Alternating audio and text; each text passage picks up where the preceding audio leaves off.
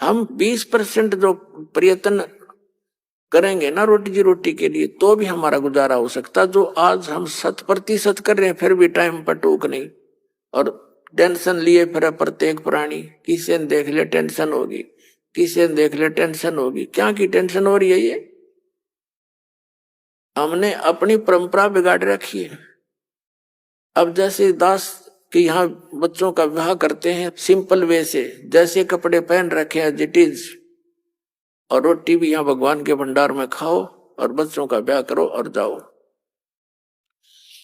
और जैसे घर पे भी करते हैं तो भी इसी तरह हमने ड्रामाबाजी नहीं करनी। परमात्मा ने ब्याह बच्चों का कर रखा होता है।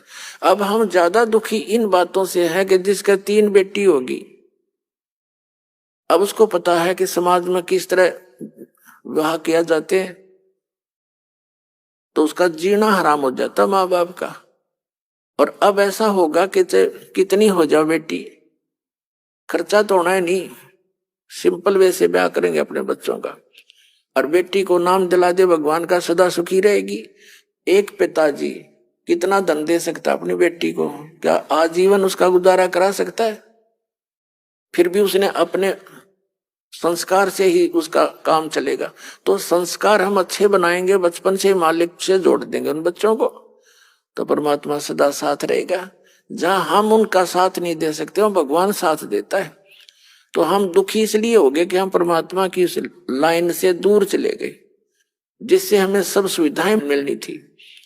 अब पहले तो जैसे पुनकर्मी प्राणी थे सतयुग त्रेता द्वापर में, उनके पूर्वजन्म की बैटरी इतनी चार्ज होती थी, वो कुछ भी साधना कर रहे होते थे और चाहे ना कर रहे होते थे सारे सुखी नजर आते थे।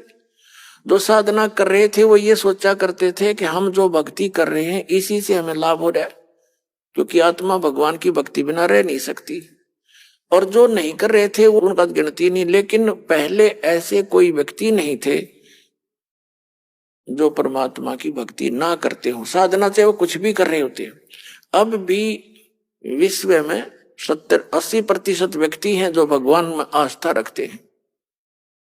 थोड़े बहुत जैसे चीन और रूस जैसे लोग हैं ये नास्तिक हो गए हैं, ये भी इन नकली गुरुओं के कारण ही हुए हैं, जिनके द्वारा बताए गए भक्ति विधि से परमात्मा से मिलने वाली राहत उनको हुई नहीं, जिस कारण से उन्होंने अपनी सोच से ये विधान बना दिया भगवान कहीं नहीं है, अपना करो और खाओ बस।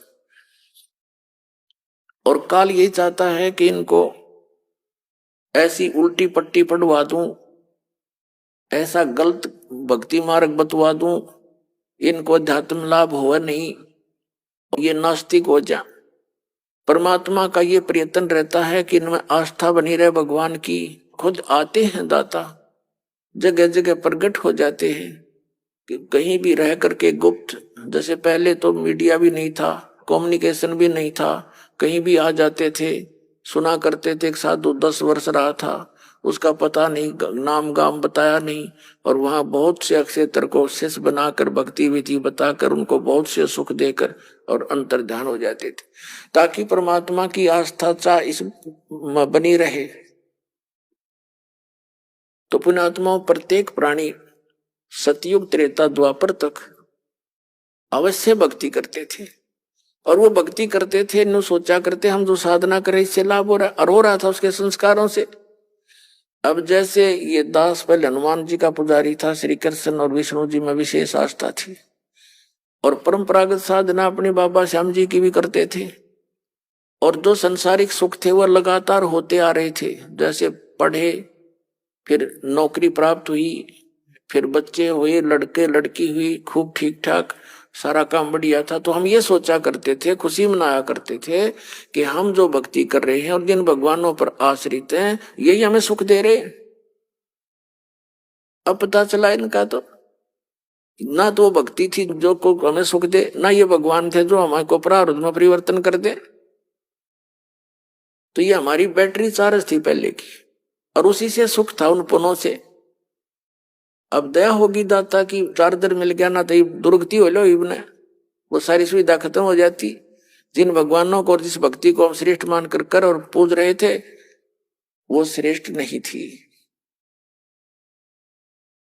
तो इस प्रकार हमने अपने बच्चों को परमात्मा के साथ जोड़ना अनिवार्य है।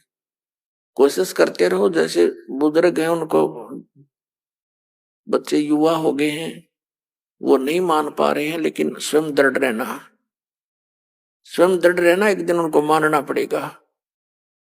जब तक ये काल की भांग का नशा है तब तक प्राणी भगवान से दूर रहता है, और एक ऐसा झटका देगा काल, सीधा होया पाओगा, नाक रगड़ता पाओगा और कहेगा पिताजी कहीं ले चल। ऐसे दास ने बहुत सी देखे हैं। एक बहन का पति नहीं मानना था कि फौज से रिटायर हुआ था, 5-7 बोतल मिल जाती महीने में सस्ती फ्री, लावा गुट्टी टीटी पाक रहा था, उसे गले में कैंसर होगी। 2 साल के बाद वो लड़की नाम ले रही थी। अब सारा धक्के खा लिए, फिर ने बोला कि ले चाली, मैंने ना गाली दिया करता दारू पी के ले रहा है, मैं हूं तेरा भगवान है, गुरु किसने भगवान बना दी, गुरु को क्या जरूरत पड़ेगी, मैं हूं तेरा गुरु। ठीक है, पति पत्नी का नाता अपनी सीमा तक है, गुरु तो एक सेपरेट वस्तु है। तो कहने का भाव ये पुण्यात्माओं, परमात्मा से डर जिस प्राणी को नहीं है वो आधा तो उसे दिन मर ले है जिस दिन भगवान से नहीं डरता, और फिर काल का झटका आएगा, फिर उसको उठे को नहीं पूरा हो, तो आखिर में फिर आपके साथ आना पड़ेगा। तो इस प्रकार पूरा विश्व अब परमात्मा के चरणों में आएगा, क्योंकि इन भौतिक सुखों से ऊब चुके हैं लोग।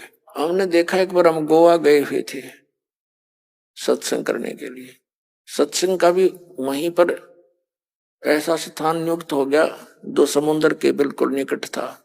तो हम उधर घूमने गए तो वहां दूर देश के आए हुए रिच मैन, धनी व्यक्ति, उन्हें नंगे लौट रहे समुद्र के किनारे ने कहा यहाँ शांति है, हम शांति ढूंढे माया में, और वो माया छोड़ के शांति ढूंढे और रेत में। देख सारी उल्टी पढ़ाई पढ़ रखी हमने।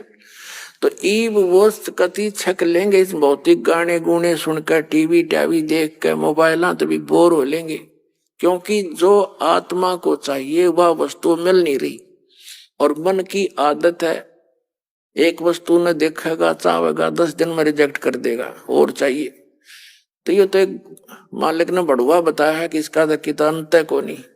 तो इसकी हर प्रकार से काल की जो डोर को टाइट करने के लिए, इसकी इच्छाओं का नाश करने के लिए तो तत्व ज्ञान की आवश्यकता होती है।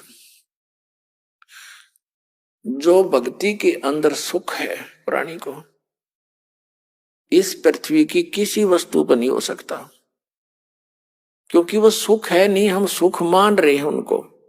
कबीर साहब कहते हैं झूठे सुख को सुख कहे ये मान रहा मन मोद, यो सकल चबी ना काल का, कुछ मुख में कुछ गोद। इस झूठे सुख ने सुख मान रहे हो तुम, और इसी में फुल्ले नहीं समाते, 1 सेकंड का भरोसा नहीं कब बिजली गिर जाए, फिर काहे की वस्तु। परमात्मा कहते हैं नंगा आया जगत में और नंगा ही तू जाए, और बीच में ख्वाबी ख्याल है मन माया भरमावे। कति निवस्त्र आया था, निवस्त्र ले जाएंगे फूक आऊंगे जाकर, जब जाएगा यहाँ से तुझे कोई कपड़ा साथ नहीं चले तेरे। और बीच में ये थोड़ा सा ये बकवाद थी कर गया तो, और इस दौरान करना चाहिए था परमात्मा की भक्ति दान धर्म, उसके अभाव से जीवन नष्ट कर दिया। अब यहां परमात्मा कहते हैं यहां सुख नाम की चीज नहीं है, हमने इस दुख को ही सुख मान लिया। कैसे मान लिया? जैसे एक व्यक्ति के 3 पुत्र थे, एक की मृत्यु होगी, 2 शेष थे, वो बुरी तरह रो रहा था, हाहाकार मच रहा। तो सांत्वना व्यक्त करने के लिए, शोक व्यक्त करने के लिए आ रहे थे मित्र प्यारे। उनमें से एक व्यक्ति ऐसा आया जिसका एक ही पुत्र था, उसी की मृत्यु हो चुकी थी 2 वर्ष पहले। अब वहां बैठ गया आके, तो फिर सांत्वना देने वालों ने उसको कहा कि देखो भाई, ये तो यहाँ सभी के साथ बीत रही है, यहाँ का तो विधान है, अब कुछ बनने वाला है नहीं, क्यों अपनी आंखें खराब कर रहा है। देखिए इसका इकलौता पुत्र था और वो भी चला गया। उसको फिर राहत होगी, यूं सोची हे भगवान चोखा, मेरे 2 तो बच गए, इस बेचारे का एक ही था वही मर गया। अब उसने इससे संतुष्टि हुई, सुख हो गया।